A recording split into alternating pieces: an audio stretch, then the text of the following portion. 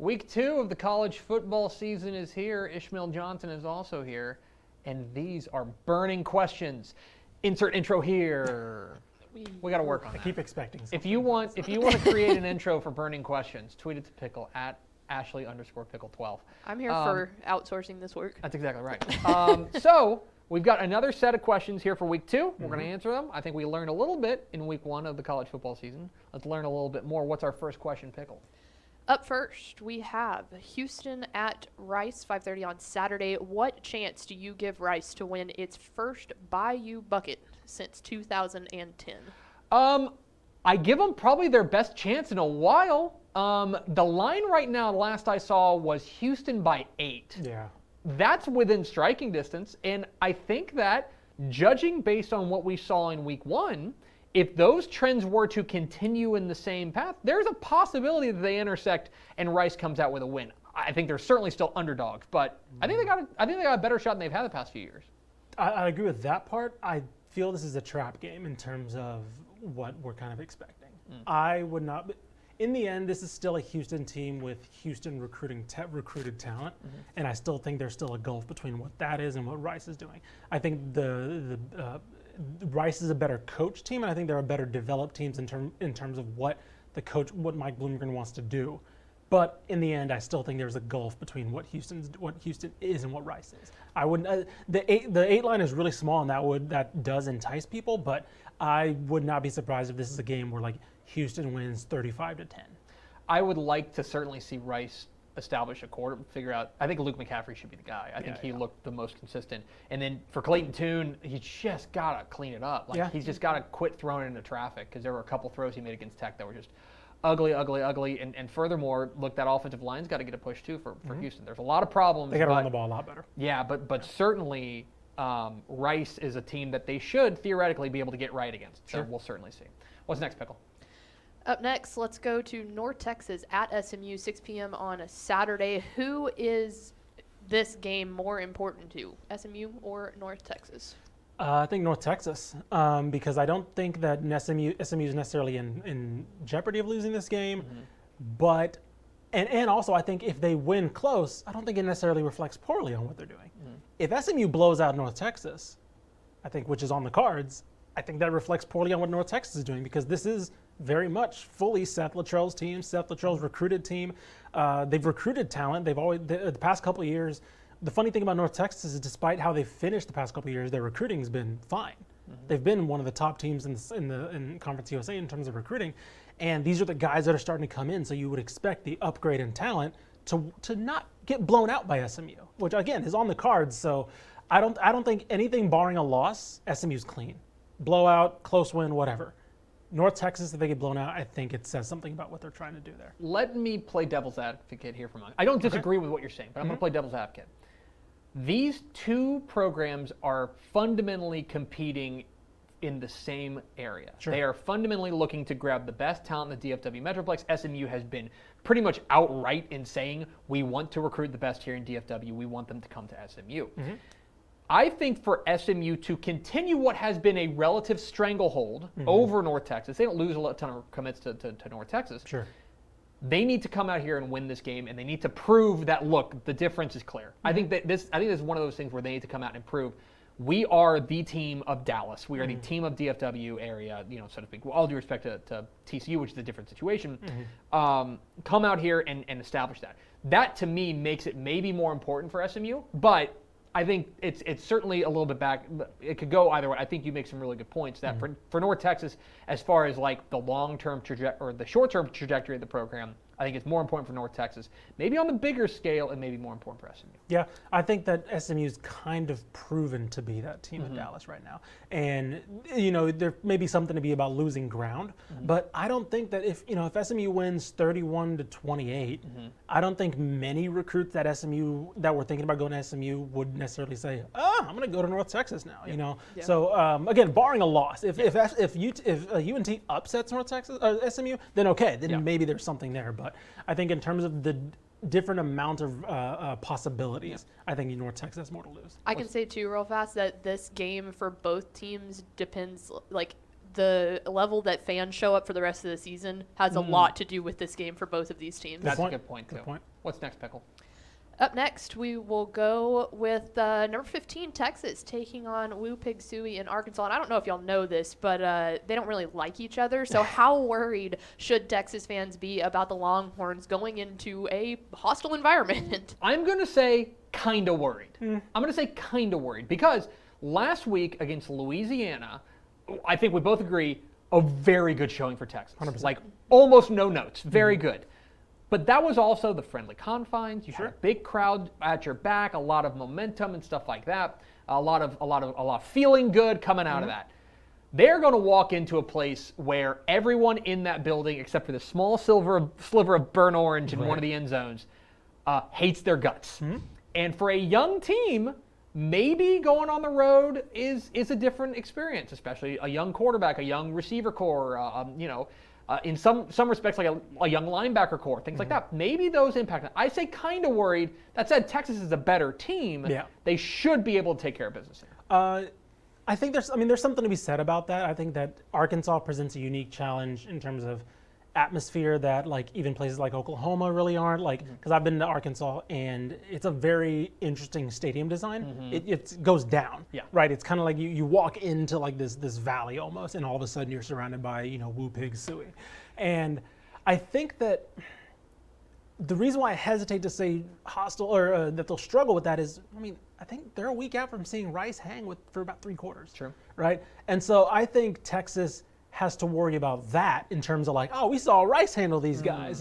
I think that might be more of the mental hurdle as opposed to the actual hostile environment that Arkansas could pose. And again, it's going to be a great environment, Southwest Conference throwback, all that. But I'd be more worried about players watching that Rice film and be like, oh man, that defense held this offense in check for a good amount of time before Arkansas finally pulled away. That's fair. What's next, Pickle? Up next, how about those 2-0 UTEP Miners taking on Boise State, 8:30 p.m. on Friday? Have expectations changed for UTEP after their little undefeated season they've got going on right now? No. They should have won them. They're they're against two. FCS and then basically an FCS program in New Mexico State. They should have won them, and Bethune-Cookman was a little testy for a little bit, but they ended up putting them away. They're going to be 2-1 after this week playing against Boise State. And if they lose this game, if they lose that game, I don't think things change either. Like 2-1 after this 3-game, potentially 2-1 after this 3-game stretch is about what I expected. Here's what I would say as far as my expectations of changing.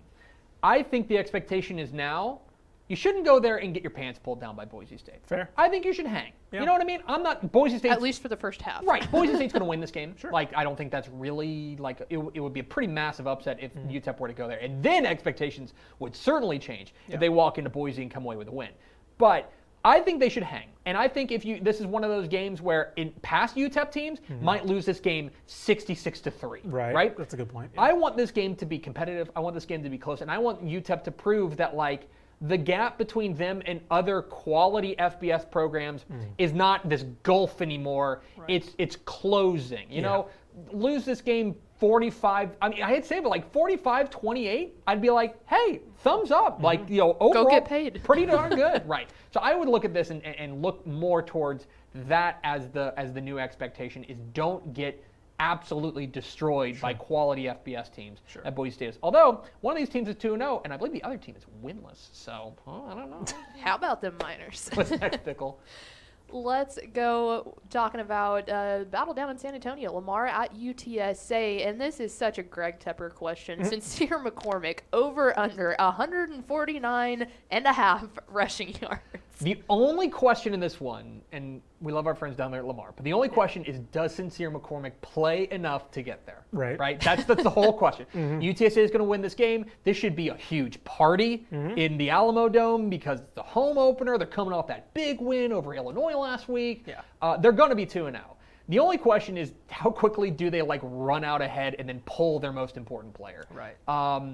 I'm going to take the over because last week I took the under on Tanner Mordecai and I looked real dumb. I'm going to take the over. I'm going to say he gets over 150 yards rushing. I'm going to go over as well. I think the difference is I think he gets only 20-ish carries, but I think that's enough. Yeah. And I think last week against Illinois, they really kind of balanced him out with Brendan Brady a little bit, and Brady looked like he was able to really hold his own. He had a big touchdown there late. I think that they're going to want to air it out a little bit more. I think this is a game to get Frank Harris's arm going a little bit more, because last week he kind of showed, again, Zachary Franklin went off, and that kind of solved that issue.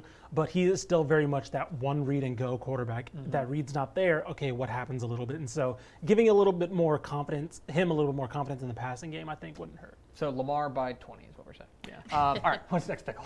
We got a little Fun Belt versus Conference USA action as Texas State takes on FIU. What is Texas State's biggest concern heading forward? Defer. I think it's Brady McBride. I think it's just what Brady McBride you're going to get, because I'm not concerned about the run game. I mean, the run game went up against Baylor, and Baylor is, again, one of the best defenses in the Big 12.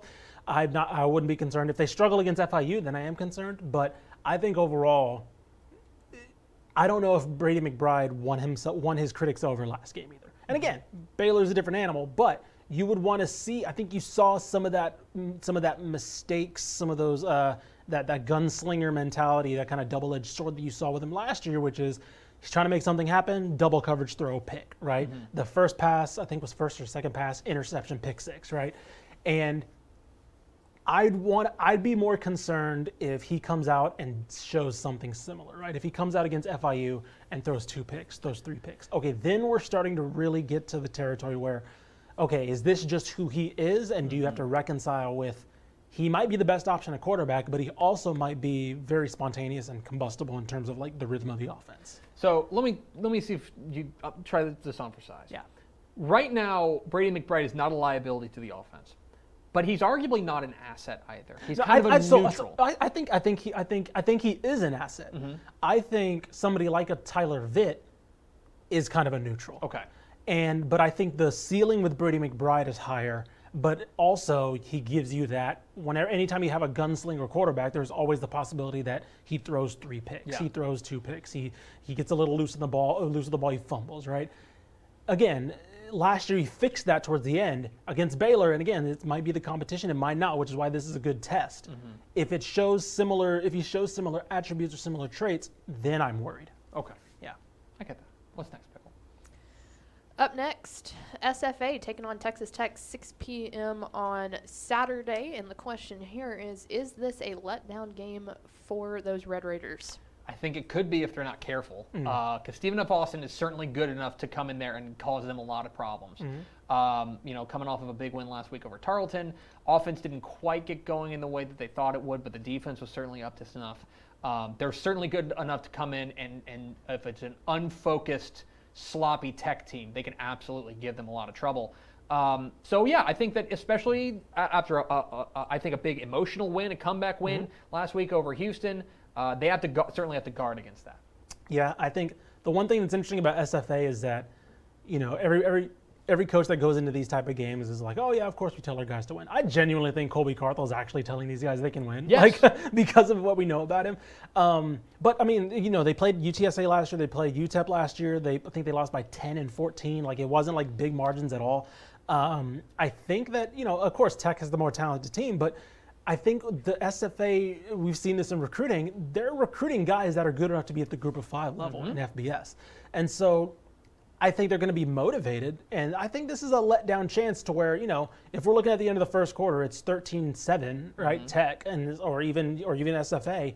I think once we get third, fourth quarter, it'll be, they'll distance themselves. But I mean, SFA is a team that could get punched in the mouth and come right back, or be the ones to punch you in the mouth. So I think this will be an interesting test for Tech, just to see, you mentioned it, after an emotional win, coming against a team that you're heavily favored against, you should put to bed pretty easily, but that team is also going to have a lot of passion behind what they're doing. So, what's next, Pickle? Up next, let's go with Cal taking on those Horned Frogs in TCU, 2:30 p.m. on Saturday. Question is, who will get the most carries for TCU on Saturday? They spread it around a lot. Yeah, they do. I mean, I think they had like 9 or 10 guys carry the ball, and that didn't include Max Duggan. Right. Like, they were spreading it around. Now, part of it was Duquesne, and they can do that. Yeah. I mean, let's be honest. Zach Evans, I think they want to be the bell cow. Yeah. I think they want him to be the guy. And so here's your first real test, a Power 5 team coming to Fort Worth. I think they're going to ride Zach Evans, and I think this is going to be an opportunity for him to really establish himself as the number one running back. I think so too. I think that once you get into, I think that Cal didn't look very good against. I think they played Nevada last week. Right. They didn't look very good against Nevada, and last year I think they kind of took a minor step back. They only played like 3 games, really, so it's really hard to tell. But I think that this is a Power 5 team, and I think that TCU's they're the better team, they're the more talented team, but I wouldn't be surprised if this is the team that, gives them a little bit of a pushback, right? You come off win against Duquesne, you really can't tell what you are as a team. And because of that, I think that they do want to establish their premier guy eventually. I wouldn't be surprised to see like a 20-10-10 division of carries, because it's something like that. I think Zach Evans is that guy. I think that I think for the offense, so I'm more excited to see what they do with Max Duggan in that passing game finally. But, of course, the Gary Patterson team, they're going to run the ball. They want to establish the run. They want to get that as much of a feature as the passing game. So I'm going to go with Zach Evans as well. I think that, last week I came away really impressed with TCU. Sure. I thought that they played exceptionally well against a team that they should play exceptionally well against.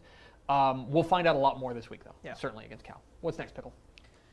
Up next, Texas Southern at Baylor, 6 p.m. on Saturday. On a scale of 1 to 10, give me a numeric value on how worried you are about the Baylor offense. If they struggle, not much, because they ran the ball really well against Texas A last week. Treston Ebner and Abram Smith, I think, combined for about over 200, just under 250 yards. They ran the ball really well. I would be concerned. This is the game to me to really get Gary Bohannon going. Yes. Because this is a game where he should be able to have enough time to throw, move around a lot, get some of that wide zone passing concepts going. Last week he looked okay, right? But Texas State was a pretty solid defense in the back 7, and they were finding other ways to win the game, so they didn't really need to.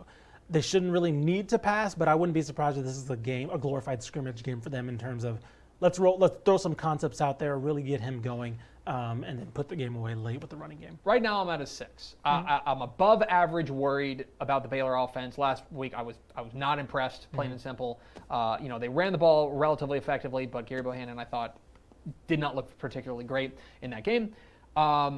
They can certainly, if they come out there and they prove against an inferior opponent, let's be honest, Texas Southern hasn't won a game on the field since 2018, I think. They should come out and dominate, and I want to see this offense flex its muscles. Yeah. I reserve the right to dial that thing down to a 2 or a 1 if they really come out. Now, you don't want to go crazy because it's an FCS program, and with all due respect to our Tiger friends, a bad one. Yeah. But I want to see this offense get on track and show more signs of life and show that they're not just going to be relying on, a lot of what they were last year, which was a lot of 3 yards in a cloud of dust and trying to outmuscle people when you can't really do that in the Big 12 anymore. Yeah, I think I'll go with a 4 heading into this game. If things struggle, and then it goes up to about a 7-8. So what's next, Pickle? Up next, we've got number 5, Texas A&M at Colorado, 2:30 p.m. on Saturday, and kind of the same question here: is this a trap game for Texas A&M? Maybe. I think so. And in many respects, kind of the same reasons we were talking about with Texas. They are better than the team they're playing on Saturday. I don't think there's really any doubt. If you haven't paid a ton of attention to Colorado lately, this is not the Colorado that contended for Big 12 championships or something. They've taken a severe step back as far as talent is concerned. A&M's the better team in this one. I think they're 17-point favorites in this one. They should win this game going away. A lot of young pieces, a hostile atmosphere, and let's say it's the altitude. You're getting up there in Boulder. Maybe things get hairy, and so go out there, take care of business, punch them in the mouth. This is the kind of team Mike Craven made a great point on Republic of Football about how Houston punched Texas Tech in the mouth and thought Tech was just going to fold. Yeah. Tech came right back. Yeah. Colorado feels like if you punch them in the mouth, they actually will fold, and you can run away to a 41-17 win and feel really good about it. Yeah. One of the things that I wanted to see from A&M this year is because they've separated themselves from, let's say, I'm trying to think of the South Carolinas, right? Yes. The middling SEC programs. They've firmly set themselves. Tennessee. Right, exactly. Right, exactly. But they're not in that Georgia, Bama yet, right? This is the next step for them is to get into that mode. But the thing that those schools do, even the Clemson's, Ohio States in terms of national contenders, the things those schools do is they have 1 or 2 games a year where they play another Power 5 program that they just mop. Yeah. Right? They play a Colorado and they mop them. A&M hasn't had that. There's games that they've been clearly better than, right? LSU last year, clearly better. They don't really mop them up. They're kind of hanging around with them. These kind of games where It's like playing with your food. exactly, it's a little bit playing with your food. It's also a little bit like, last year's offense really wasn't designed to really put teams away. And so, again, I think the next step for A&M is, again, you've had this team, you've had these recruits, these elite recruits on defense and offense. Now it's time to really distance yourself from the rest of the pack to move yourself closer to that national contender category. Because again, if we look at Oklahoma, Bama, whatever, Ohio State heading into this kind of game, we're like, yeah, of course they're going to win by 30, right? A&M is like, maybe 20, comfortable 20, but like maybe 20, right? It was like last week. Last week against Kent State, they were very clearly better than Kent State. Sure. But they just kind of farted around a little bit. And they it wasn't until Leon O'Neal returned that interception for a touchdown that things really turned, right? It was a big defensive play. I want to see some killer instinct from this offense. Sure. You know what I mean? I want to see some ability to be like, we're better than you.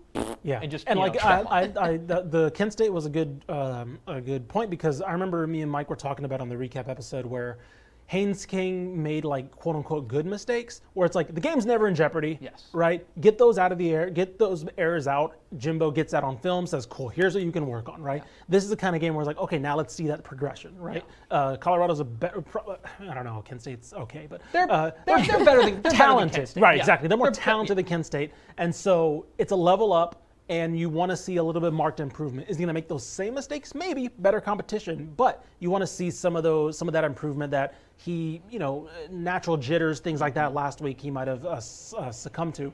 Now let's take a little bit of a step forward. Let's see where you are. What's next, Pickle?